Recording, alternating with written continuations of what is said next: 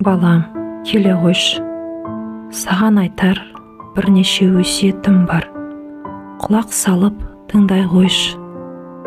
Мен қартайғанда қол аяғым дірілдеп, бейне бір сенің сәби кезіңдегідей асты киімге төгіп алуы мүмкін. Сол кезде сен сабыр еткейсің.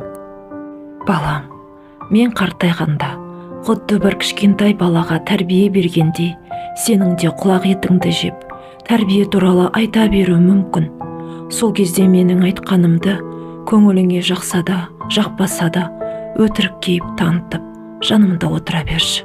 Сондай сәтте жарайды деп басыңды изей салсаң, мен мәз болып қаламын ғой. Балам, құлыным, мен қартайғанда мені қараусыз қалдырмашы. Ол кезде мен бейне бір сенің кішкентай кезіңдегідей асырауға мұқтаж